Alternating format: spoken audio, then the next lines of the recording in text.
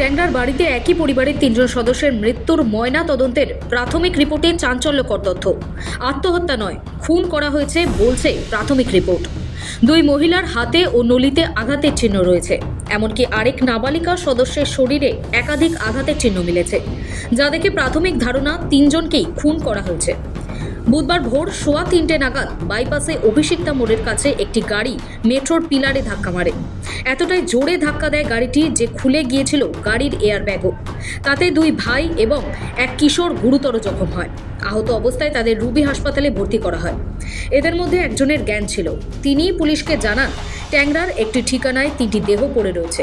তিনি আরও দাবি করেন, ট্যাংরার বাড়ির 3জনই পায়েসের সঙ্গে ঘুমের ওষুধ খেয়ে আত্মহত্যা করেছেন।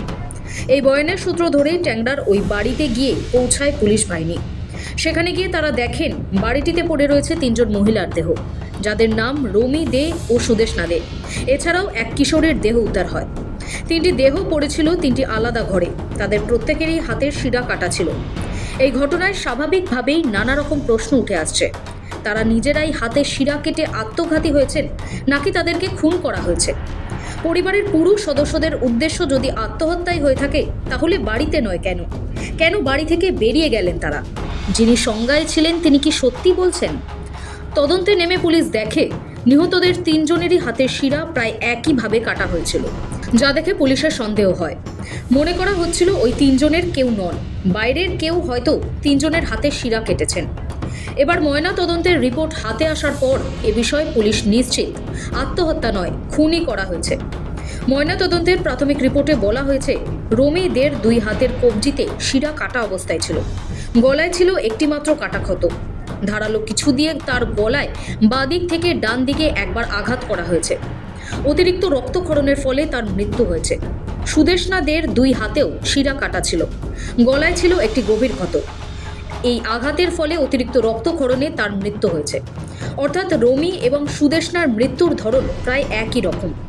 14 বছরের প্রিয়ম্বদা দের মৃত্যু হয়েছে খাদ্যে বিষক্রিয়ার জেরে। তার বুক, 2 পা, ঠোঁট এবং মাথার তালুতে একাধিক আঘাতের চিহ্ন পাওয়া গিয়েছে। কিশোরের 2 হাত এবং পা নীল হয়ে গিয়েছিল। পেটের ভেতরেও রক্তক্ষরণ হয়েছে তার। কিশোরীর পেটে যে খাবার ছিল তা পুরোপুরি হজম হয়নি। ওই খাবারে ছিল হলুদ এবং সাদাটে কিছু কণিকা, তাতে ওষুধের গন্ধ ছিল। ময়না তদন্তের রিপোর্ট অনুযায়ী শেষ খাবার খাওয়ার 3 থেকে 6 ঘন্টার মধ্যে ওই 3জনের মৃত্যু হয়েছে। মৃত্যুর সময় ময়না তদন্তের অন্তত 36 থেকে 48 ঘন্টা আগে। প্রশ্ন, তাদের স্বামীরাই খুন করে 2 বউকে, রেহাই পায়নি মেয়েও? তার মেয়েকে খুন করা হয়েছে বলে এদিনই পুলিশের কাছে অভিযোগ জানিয়েছিলেন মৃত গৃহবধূ সুদেশনা দের বাবা। বুধবার সকালে একই পরিবারের 3জনের দেহ উদ্ধারের ঘটনায় অজ্ঞাত পরিচয় আততায়ীর বিরুদ্ধে খুনের মামলা রুজু করা হয়। তবে অচেনা দুষ্কৃতের বিরুদ্ধে মামলা দায়ের হলেও সন্দেহের ঊর্ধ্বে নয় পরিবারের 2 ছেলে প্রণয় এবং প্রসূন। এবার ময়না তদন্তের রিপোর্টেই সেই খুনেরই ইঙ্গিত। স্বভাবতই প্রশ্ন উঠছে, কারা খুন করল ট্যাংরার একই পরিবারের 3 মহিলাকে? প্রাথমিক তদন্তে পুলিশের অনুমান, খুনি বাইরের কেউ নন, মৃতদের পরিচিত কেউই হবে।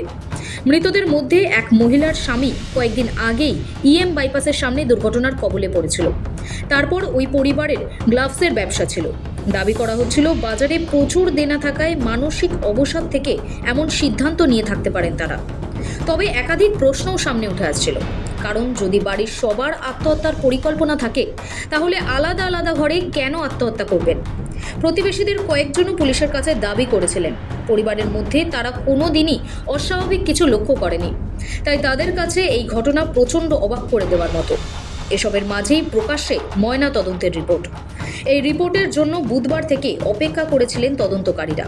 এবার তদন্তের অগ্রগতি আরও দ্রুত হবে বলেই মনে করা হচ্ছে। শোভিক সানালের রিপোর্ট, সময় কলকাতা।